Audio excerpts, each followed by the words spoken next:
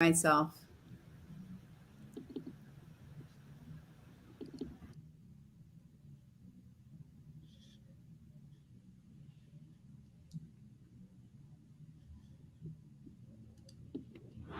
Hi, y'all. I'm Joe, your host and Cannabis Lifestyle Guide. And we are having an exciting conversation today if you're a woman, especially a woman having hot flashes.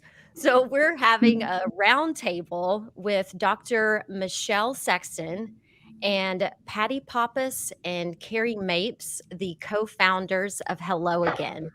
It is a product that is made specifically for women moving into that menopausal phase of life. So, if you're a woman, you want to hear this show. If you're a man that wants to understand the woman in your life, then you want to listen to this show too. So, ladies, thank you so much for joining us.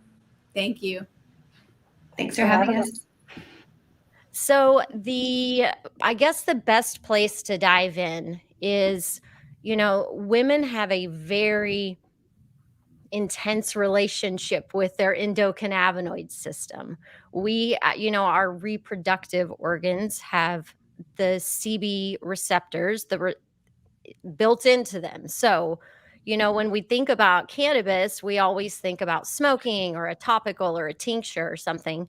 But today we're going to be talking about suppositories and what are the benefits of vaginal cannabinoid delivery and why it's helpful, why it matters.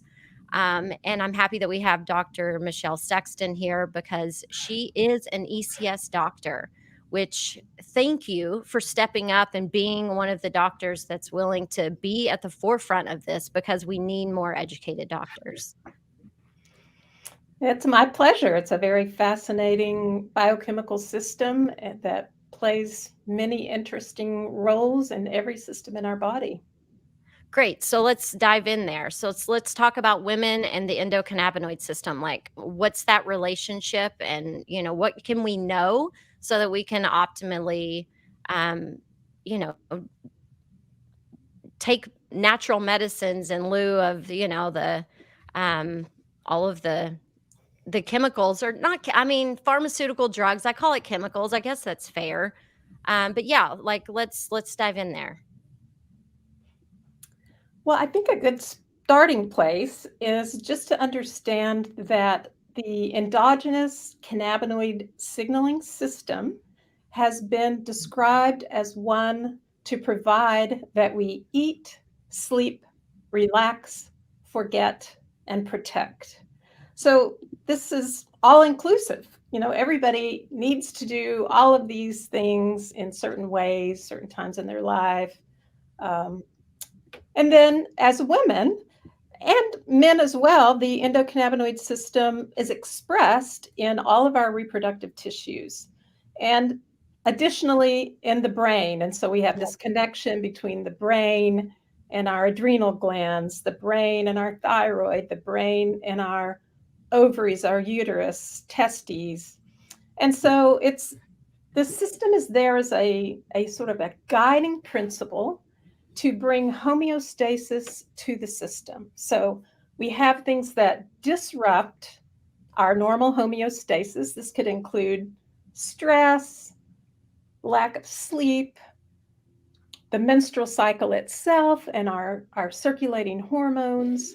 And it's not very well understood. We don't understand all the ins and outs of how the endocannabinoid system is directing the ovaries and the uterus as it goes through its cycle across the month.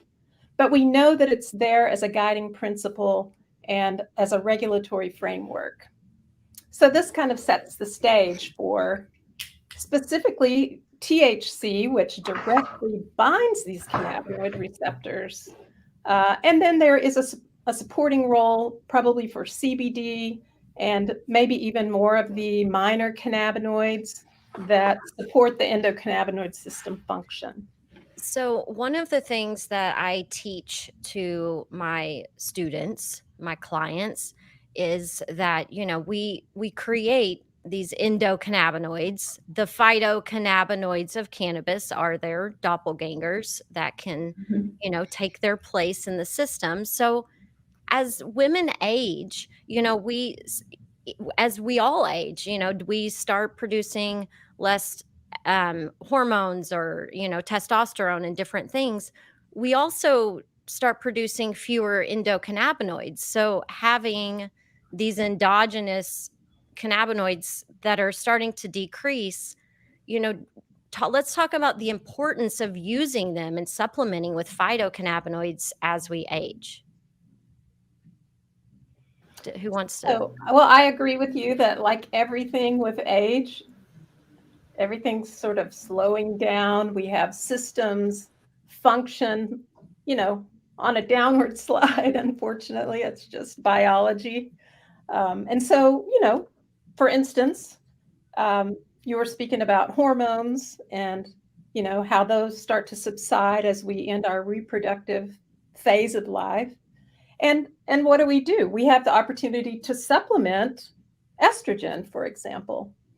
And so I think what you're saying is similarly, we know that the endocannabinoid function peaks during adolescence and early adulthood, like many other things, and then slowly declines with age. And then we have individual differences in our genetics that also play a role in our individual function.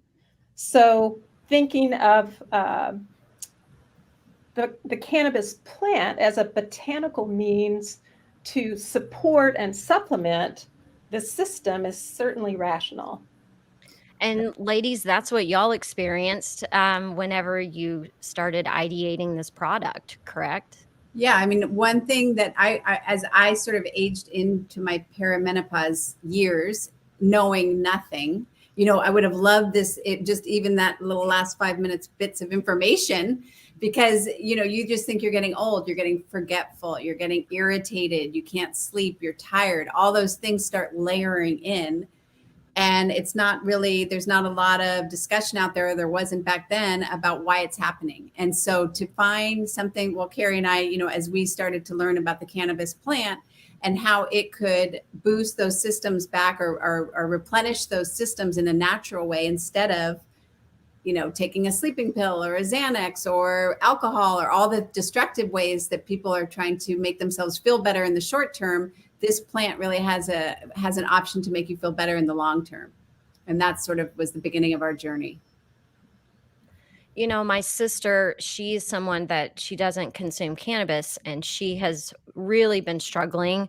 And the last couple of years, she's 6 years older than me. And, it's been insane to watch her journey of, the going to the doctor and the different things that they try and the different tests and, her weight fluctuating and, her at being what she feels like in the best shape of her life, but she keeps gaining weight, and just, like the emotional toll that that kind of thing takes, and the hot flashes, you know, when I see something like that, where it's like someone completely using Western medicine as the tool for the solution, but then there's, Eastern medicine, there's Asian cultures that they don't even have these symptoms.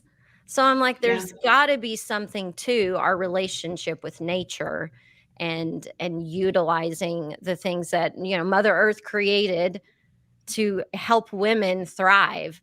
So I yeah. really empathize with your sister, because I had no relationship with cannabis, and like many women my age, grew up during the war on drugs and never really considered it at all. In fact, I remember my dad was terminally ill 20 years ago, and somebody suggesting cannabis to us, and our whole family was like, no, we're not, that's not for us.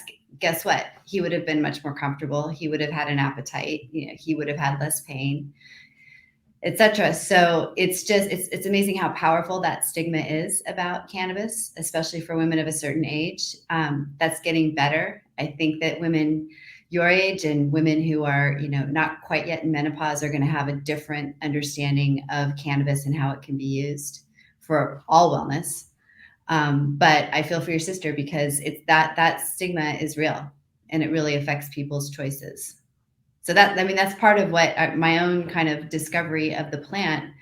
I've done a complete 180 on how I feel about cannabis / how I feel about prescription medicine. I've just completely flip-flopped. So that's part of our mission, is to increase education about menopause, cannabis, and wellness, the intersection of those three. I love that, because it's so wonderful and freeing to be able to change your mind about something.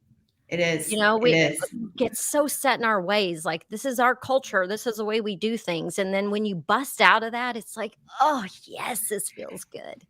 That's why everyone loves those Malcolm Gladwell books, because every single chapter is about, you thought something was one way, but it's really another way. And, it's the same kind of delight when you can change your mind about something, especially something so impactful to your everyday life. Well, and even just the cultural idea of aging. I mean, we can change our perception of aging. We don't have to be getting old. This could be a vibrant time in our life. So when you think of it that way, when you think it is, we're the first generation of women who are 50 that have 50 more good years left to live. We have to change our perception of what those 50 years can look like. So, we have to start looking for other options to feel better. Yeah, because white knuckling it, which I think is what my mom did, you can't do that for 50 years. Yeah. No, not without looking like you've white knuckled it for 50 years. Right. Aging gracefully has to come with feeling good and being happy in your life and getting lots of sleep. Like, I don't color my hair, and I'm really excited that I'm in my mid 40s and I don't have any grays. So I tell people all the time, it's because I consume cannabis and a variety of cannabinoids every day. So, doctor, can I say that legally? I'm on pins and needles right now. I want to know. I want to know more about this. Are you saying that cannabis is keeping your hair from turning gray? Yeah, I think it keeps, because CBD, isn't it like a powerful antioxidant? So it's grabbing onto free radicals in our body. Free radicals and stress are what cause the gray. Of course, there's also your genetics that has something to do with it too. But we don't help ourselves when we stress ourselves out. Well, no, I want to know. I mean, she can call bullshit on everything I just said. No, you're giving your experience, and everyone's experience is valid. And, I'm sure that many women are relating to what you're saying, because, even if you don't think of yourself as aging or, menopausal, women start entering a perimenopause phase as early as, the early 30s. And again, genetics are playing I'm a in role. that. I am in that. Yeah. And so before you even notice that maybe your menstrual cycles are changing, there are already genetic changes going on in the body and the brain. And so, one of the first things that women may notice is, difficulty with sleep. And so this is all connected.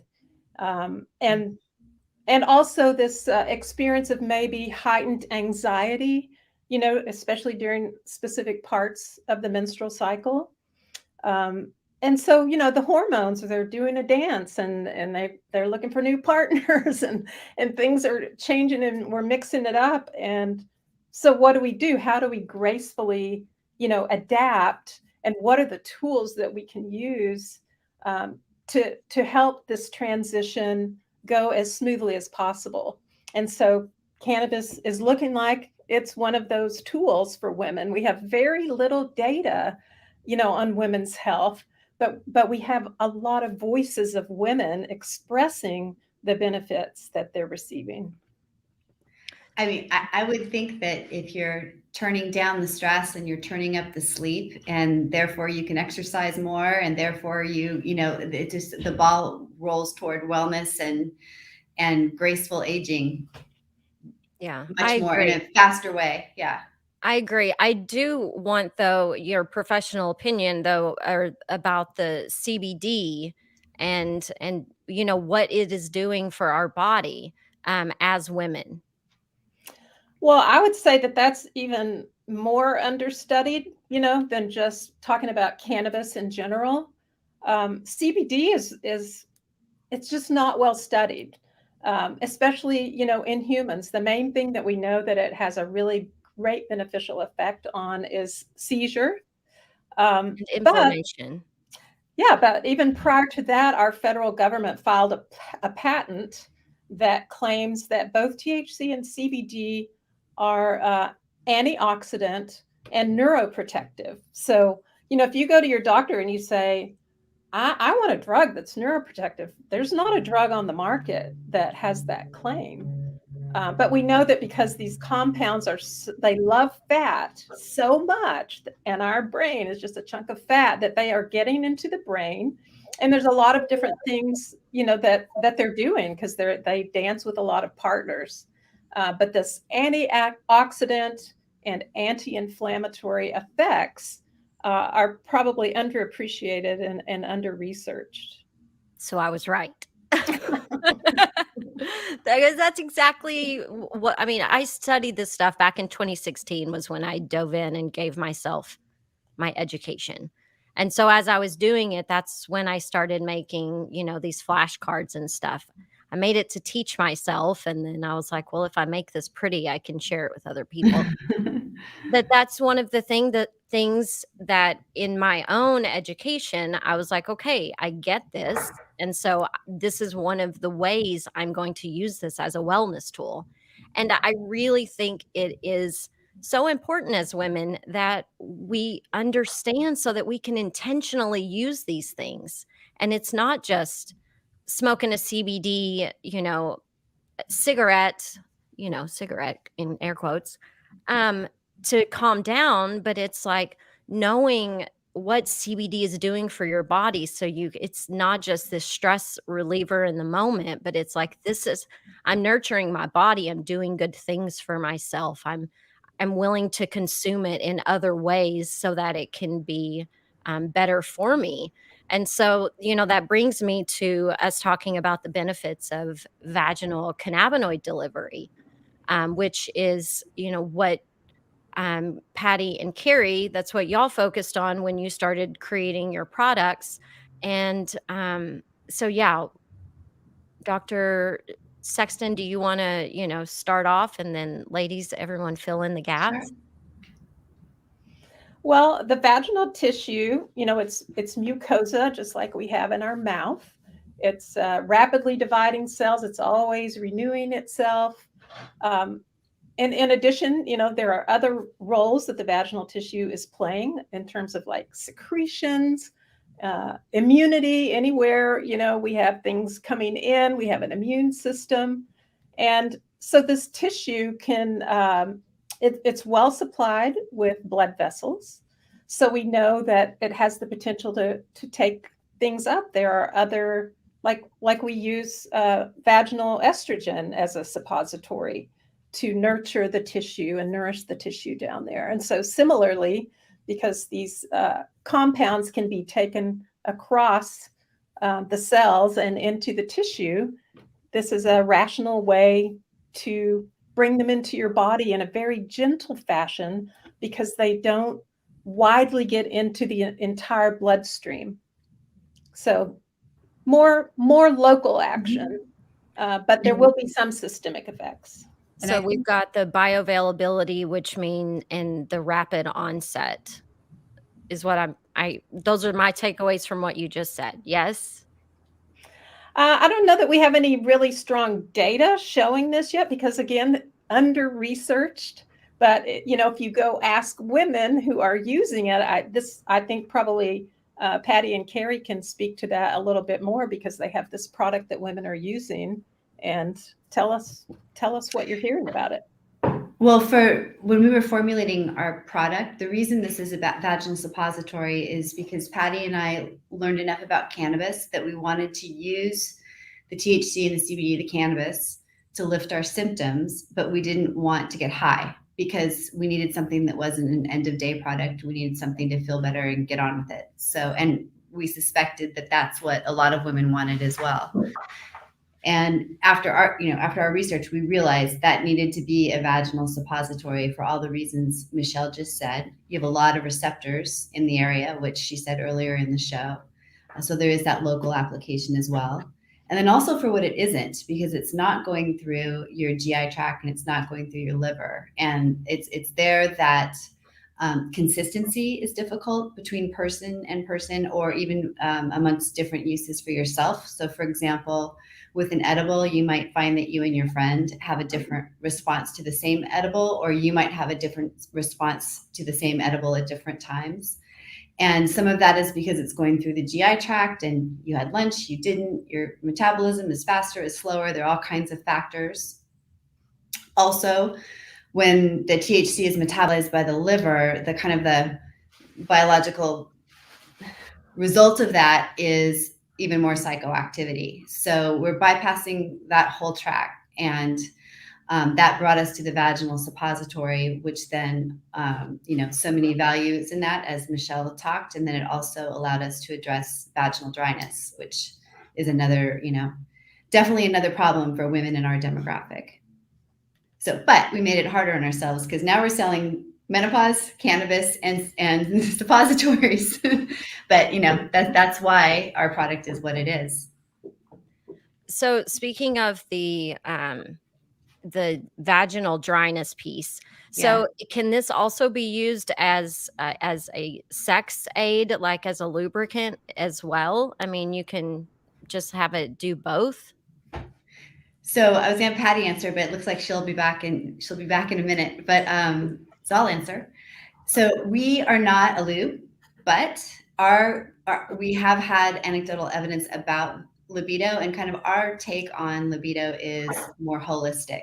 So before you even get to the bedroom, if your partner's not on your last nerve and you're not crabby and you're not a hot, sweaty mess and you haven't lost confidence because you can't find your words and you had a good night's sleep and your vagina doesn't hurt all day, then that really sets the stage for libido. And of course, THC is a vasodilator and CBD is anti-inflammatory. It can relax muscles, including the pelvic floor. So some women are finding that just using Hello Again has really increased their libido, and that's great. Other women still find that they might want to, layer in a personal lubricant, but we're getting great feedback in libido in general. Well, and I wasn't even talking about the libido piece. I was just talking about the nuts and bolts of sex. Yeah. And so, because seriously, I sampled the product for the There it week. is.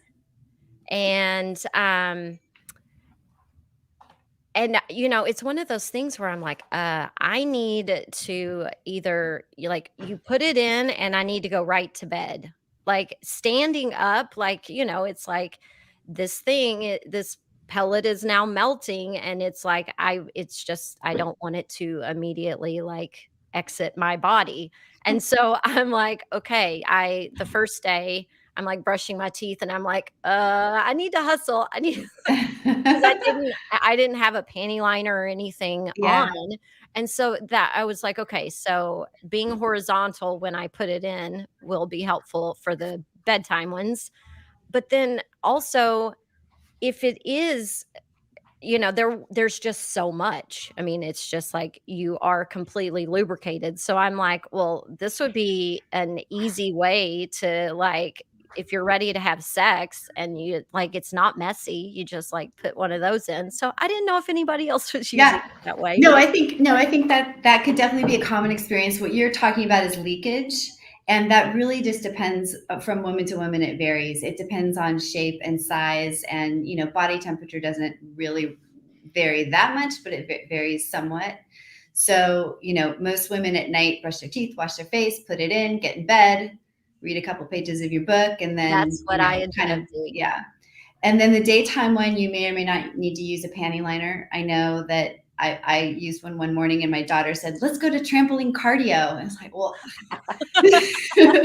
but I used a tampon for trampoline cardio. And, it's such an oil-based product. You don't really lose a lot of product, to the tampon. That's what I was going to ask, because I only need to use it during the week that I'm on my period.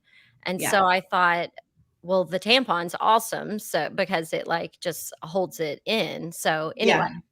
Yeah. So that's fine. And then as far as kind of feeling like there is so much, that can be a benefit at night for sure.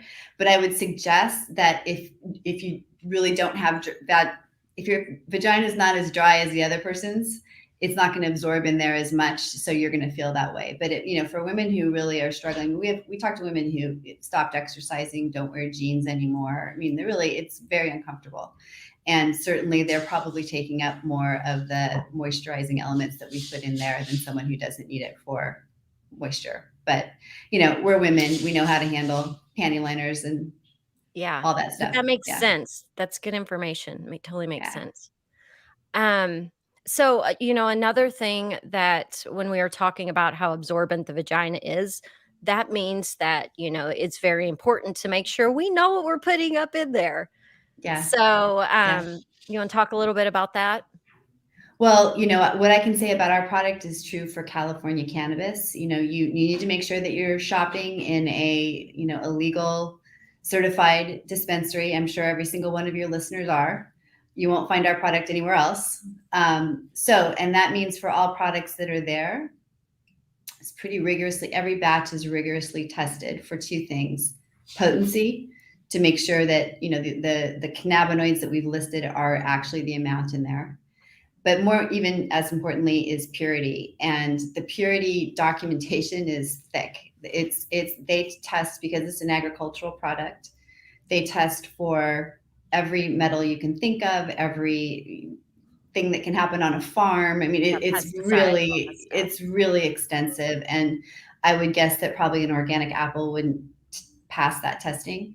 So, I mean, Patty and I've talked about this a lot. Wouldn't it be great if, as the cannabis industry becomes federally legal, that the FDA standards for what we're putting in our body were raised to the standard that cannabis products are held to in California? That would be amazing. So. Yeah, I appreciate that. Dr. Sexton, do you have something to add? Well, I think that how cannabis and regulation has evolved is going to spill over, especially into other botanical medicines, because you go buy something off of a shelf, there's no guarantee that what's in the capsule is what it says that it is. There's nobody checking these things. But our cannabis is scrutinized very highly and is sort of setting a precedent for the rest of the supplement industry. And I think knowing that what we're putting into our bodies is clean is so important, because, the more stress, we're talking about biological stress now. And this can include plastics that we're exposed to in the environment. There are xenobiotics, xenoestrogens that can disrupt systems in our body. So we need a lot better scrutiny, especially of the chemical world, and what's going into things that not only do we put onto our skin, but that we ingest and put into our body. Yes, ma'am. One of the things that worries me is that there is so many different lubes and different things that have CBD, hemp-based CBD in them. So they are something you can just get anywhere.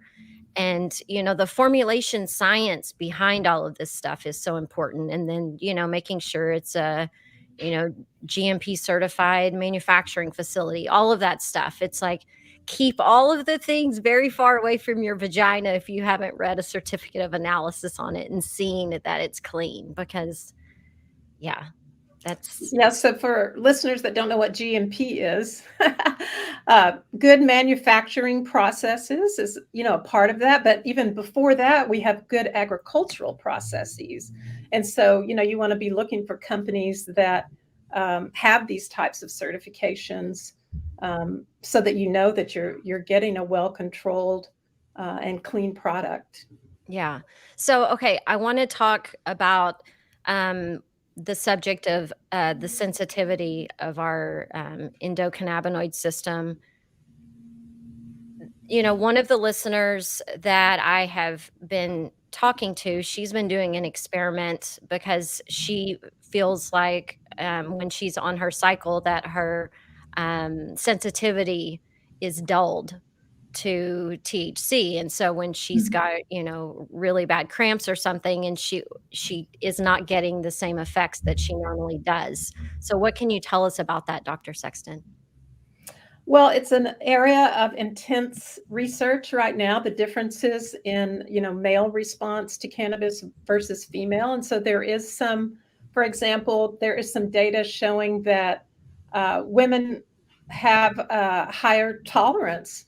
And so if you look at our endocannabinoids across the cycle, we see that at ovulation, they peak along with estrogen. So again, probably part of this homeostatic role.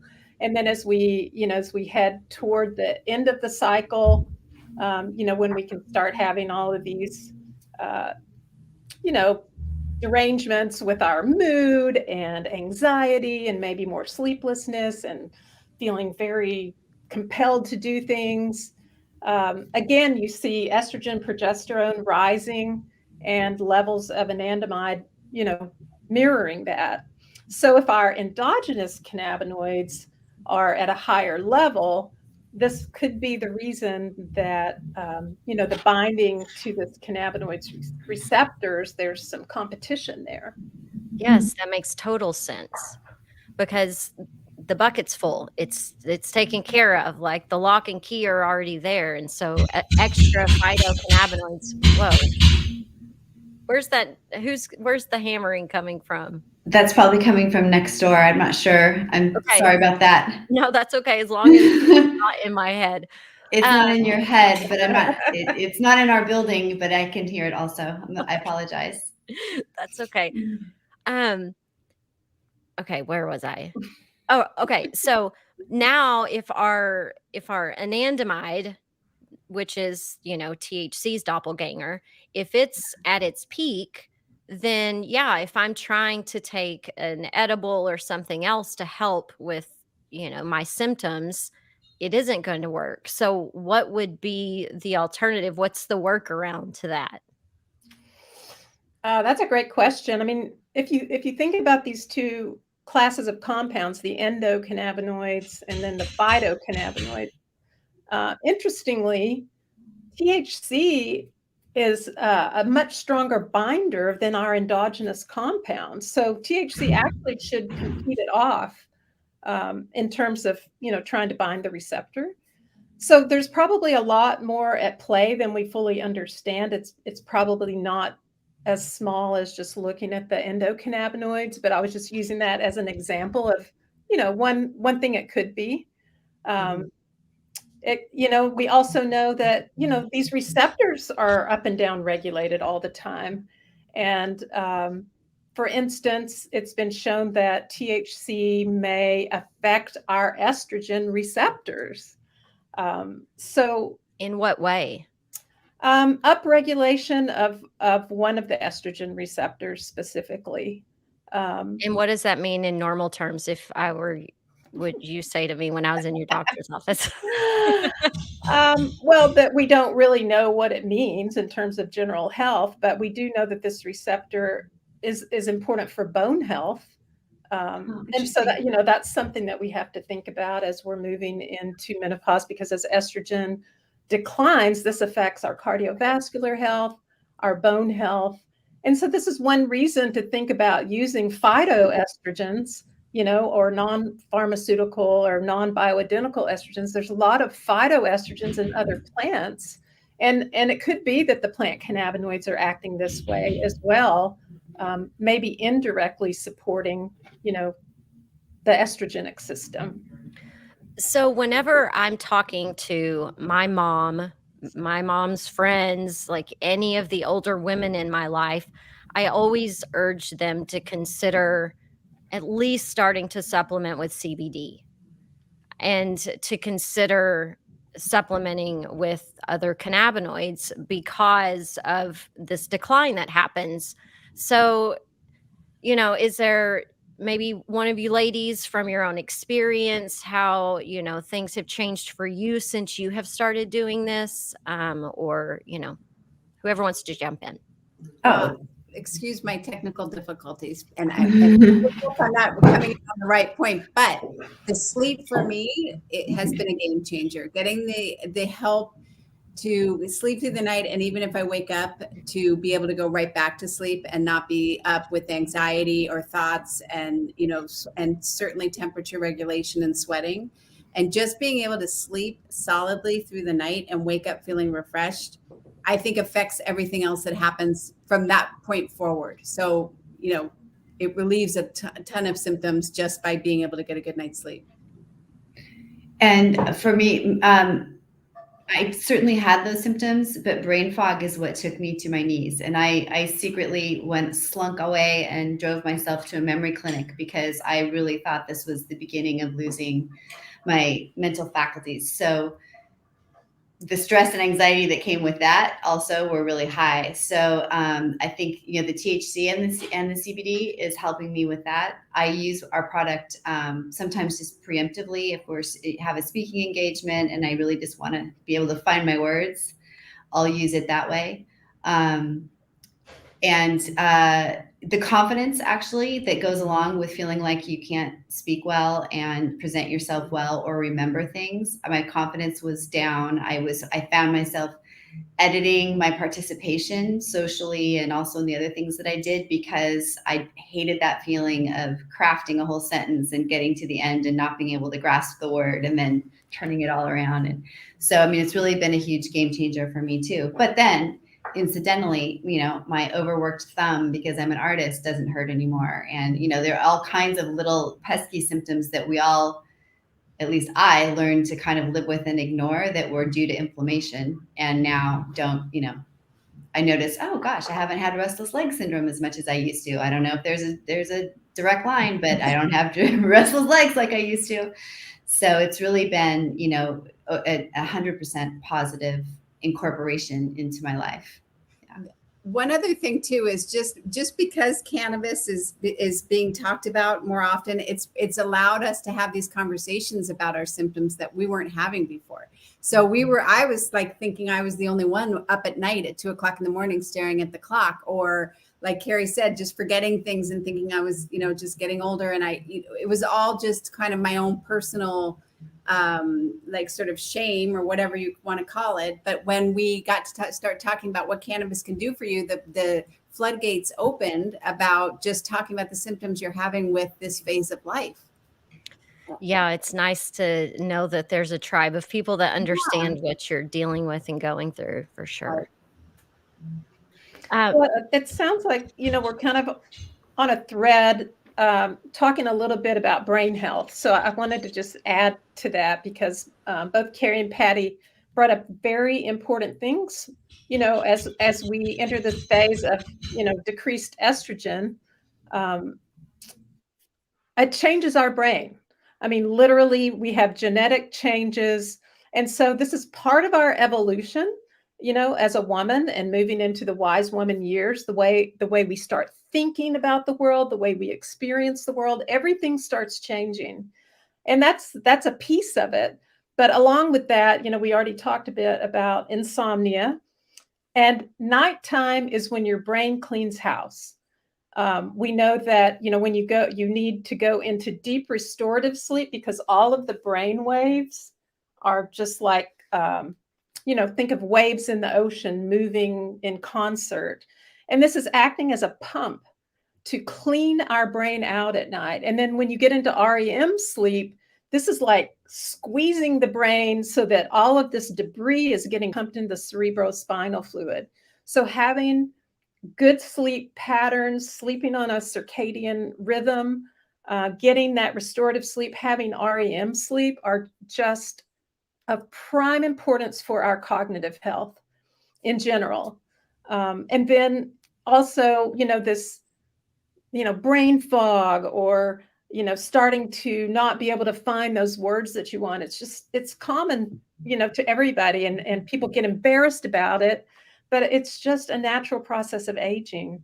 And interestingly, CBD at low dose, which is what, the dose most people are accessing, it has been called alerting.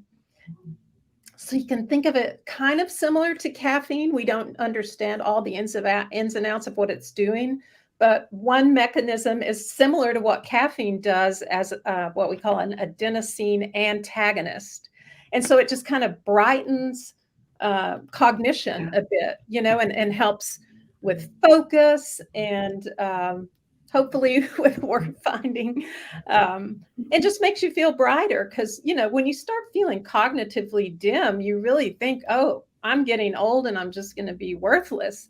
And similarly, low dose THC may have the same type of effect. So, going back to the stigma of cannabis, you don't have to think about cannabis as getting stoned out of your gourd and not being able to do anything. There's a dose related effect where low dose can be anxiolytic and can actually improve cognitive function. And then as you go up in dose, you can get more pro-anxiety kind of symptom, and also loss of executive function, loss of short-term memory. But these are different doses that we're talking about. It really that I just want to say thank you to all of you for giving those snapshots, because this is the show that I need all the women in my life to listen to, because these are all reasons why to experiment and try to include cannabinoids in your health plan. Yeah, I'm really proud of our product because it's giving women, and first of all, it's a very approachable product for women who are cannabis curious, but also a little cannabis leery, because you don't get high, and also it's discreet. I mean, it doesn't, you don't smell like pot, like it's, it doesn't require you start smoking if you've never been a smoker before. You don't feel like you're taking drugs with the edible. It just, for some women, it's just a much more approachable way to start incorporating cannabis into their wellness. And then once they're there, I think they start, replacing alcohol with maybe a cannabis beverage, or, there's a lot of different ways to go once you're comfortable with cannabis.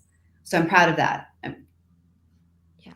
So, okay, let's talk about hormone replacement therapy for a second, because both of you ladies, correct, were on hormone replacement therapy when you were in development of the product? Yes. Yeah.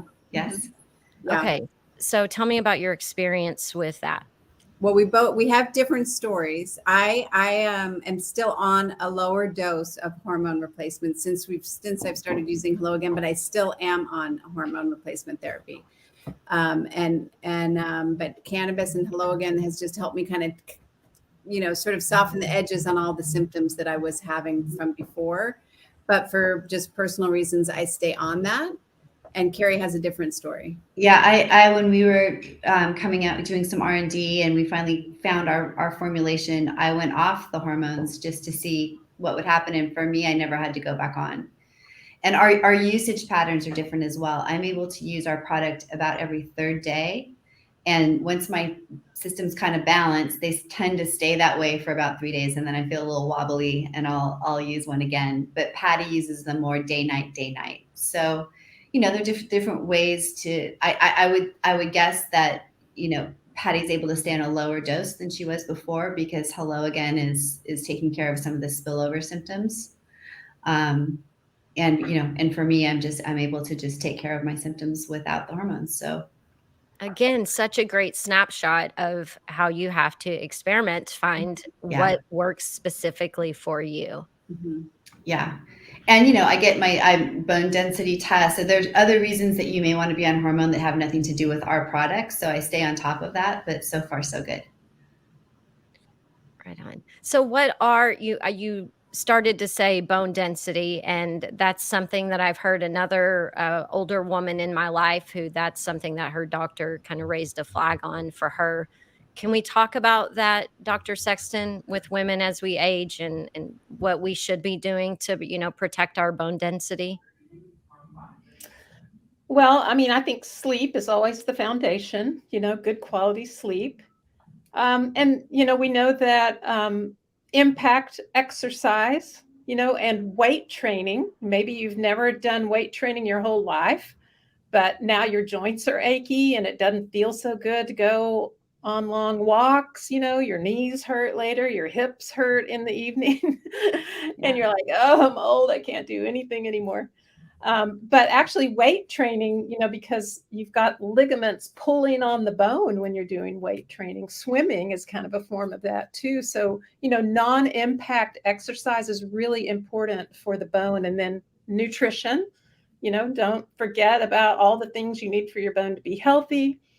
Vitamin D, is something that is getting more and more attention, especially after COVID and, its role in building up our immune system. But, vitamin D, calcium, magnesium are probably the top three, and our diets are often devoid because our soils are depleted of these minerals.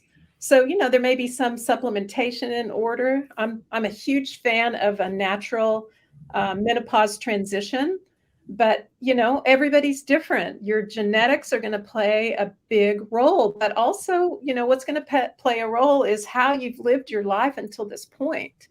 So it may be a big wake-up call for people, for women, when they suddenly start experiencing some of these symptoms and really need to get their health in order and more preventive stuff in order. So whether it's having to use bioidentical hormone replacement, if you have very severe symptoms, there's nothing to be ashamed of in that. But there's also a lot of things in the natural world that we can bring in. And then interestingly, the cannabinoid 2 receptor has been shown to be important in the bone. And so, getting these dietary cannabinoids or, use through cannabis, you don't have to eat cannabis to get it into your system, obviously. It's just toning systems, so we need these receptors to be bound for them to keep functioning. And so that CB2 receptor playing a big role in the continuation of building bone rather than bone just getting torn down is important. That's all such great information. So tell me, during y'all's research and, in your studies as a doctor, anybody weigh in, what is our relationship like as we age, our tolerance to THC? From in the beginning, I had learned that I'd read that it was higher.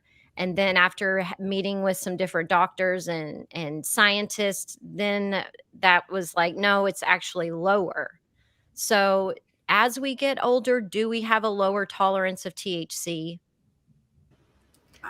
Yeah.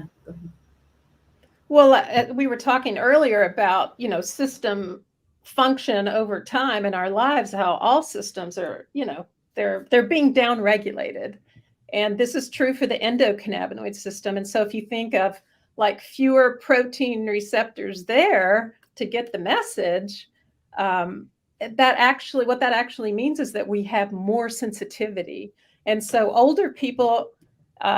most older people would never be able to tolerate like the vape pens that young kids are using. Their endocannabinoid systems are at peak function. And so they've already got a lot of that activity going on and they can tolerate higher doses. But older people, and sometimes people that have chronic disease or with cancer, are going to be much, much less tolerant and will need, sometimes even microdosing below a milligram, especially of THC. Which is why like a suppository is a great method of delivery for those types of people, so you don't have to deal with that psychoactivity. Okay, thank you for that explanation. That makes sense. Yeah. I was just gonna add that the delivery method makes a difference too. Like, for example, our product's not a low dose product. Our sleep formula has 20 milligrams of THC. That's a lot, but because of the delivery system, it's behaving like a low dose product. Right. So, did I leave something out? Is there anything that you think is important to this conversation? Because I certainly don't want to leave anything out when I have all of you here with me. I would just say, if anybody's listening and they're nervous, like you said, your family members, what Carrie and I always say, buy it and try it.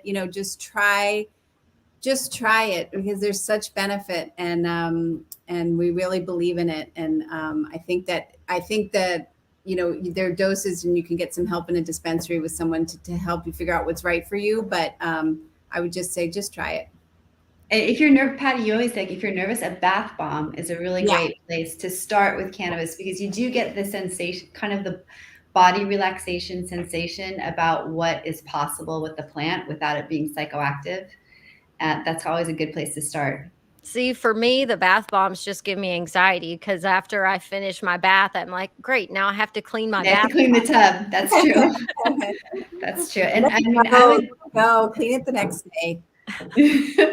And I would just say that this is a great time of life. We talked about it a little bit earlier, but we have a lot of years to live. And today's 50-year-old, 40-year-old, 30-year-old, this is a big, complicated world, and we're living big, vibrant lives. And it's easy to blame the way you're feeling on external factors, and try to solve those. But maybe consider just taking a look internally and working from the inside out. And cannabis is a great place to start. Amen to that. Cannabis is my co-pilot. Yeah. Yeah. Dr. Sexton, any parting words? Well, I'm just happy to see, the stigma starting to fall, not only around this plant, but the other Schedule I plants, that governments are forbidding use of, because civilizations have lived with and used these plants forever. We have long even written history of the human plant relationship. And I think at this poignant time on our planet, when we're watching the planet decay and be under fire and in so much trouble, it's really mirroring humanity. We're right together, with our planet, and this return to more natural and plant-based type of medicine is very much in line, with cannabis gaining in popularity. And if you're still having some stigma about it, or your mom or your sisters, or you want to talk to people about it, I think a great way to approach it is to liken it to peppers, because we have bell peppers and we have ghost peppers probably at the other end of the spectrum. And some people really like that hot spicy stuff, and other people just don't like it or don't tolerate it. And you don't have to have a habanero. You can have a bell pepper. Bell pepper has capsaicin in it at about the same amount that hemp has THC in it. You just can't taste that heat. So, you can start with a bell pepper and you can build your tolerance, until you can take more heat. And so similarly with cannabis, you can start with just CBD, and then you could move to hemp with a low amount of THC, and you can build your tolerance. And so you're playing with this, where do I fit, and where on that pepper spectrum is the right place for me. Yeah, that's a fun analogy. Yeah. Recently I was asking someone, what is a good way to hone my olfactory system? Like, I want to be able to smell more refined terpenes and things like that. And she said, smell everything. She's like, you have to build your smell library. And so she's like, if you pick up something in the grocery store and you're like, oh, this fruit looks interesting. She's like, smell it, smell everything. And so I similar, same but different to what you're saying. Like, you build this thing up slowly but surely, and it's taking all the baby steps, trying all of the things, getting to that point. So cheers to aging gracefully and being curious explorers along the journey. Thank you. Great. Thank you for having us, and thank you for trying our product as well. Yes. Yeah, I really appreciate it. And I will say, I took my NuvaRing out. And so the day 1, day 2, I used the Hello Again sleep formula. And Thank you. then the 3rd day, I got in bed and I was exhausted, and I'm like, shoot, I forgot to use that thing. And I'm like, I'm too tired to get up. And I had the hot flashiest night, and I was like, I don't know. So then I used it the next night, and I did have one pretty heated moment, but it was only once through the rest of the night. Good. So I will say that I had firsthand experience that yes, it does help during that transitional week for me. So way to go, ladies. Thank you very Good. much. That's good Good. to hear. I'm glad. I'm happy to hear that. Yes. All right. Well, I looked at the comments earlier. We had just a couple of gentlemen in there, and they just were rambling and making messages along with our conversation, but there were no questions. So Can I make a plug for? I have a women's health and cannabis course that I've developed, oh, nice. and it's called the Green Woman's Guide. Green Women's Guide. It's not out yet, but if you want to be among the first to know, you can go to our website, which is truthaboutcannabis.com, and then /courses, and there's a button that says be the first to know.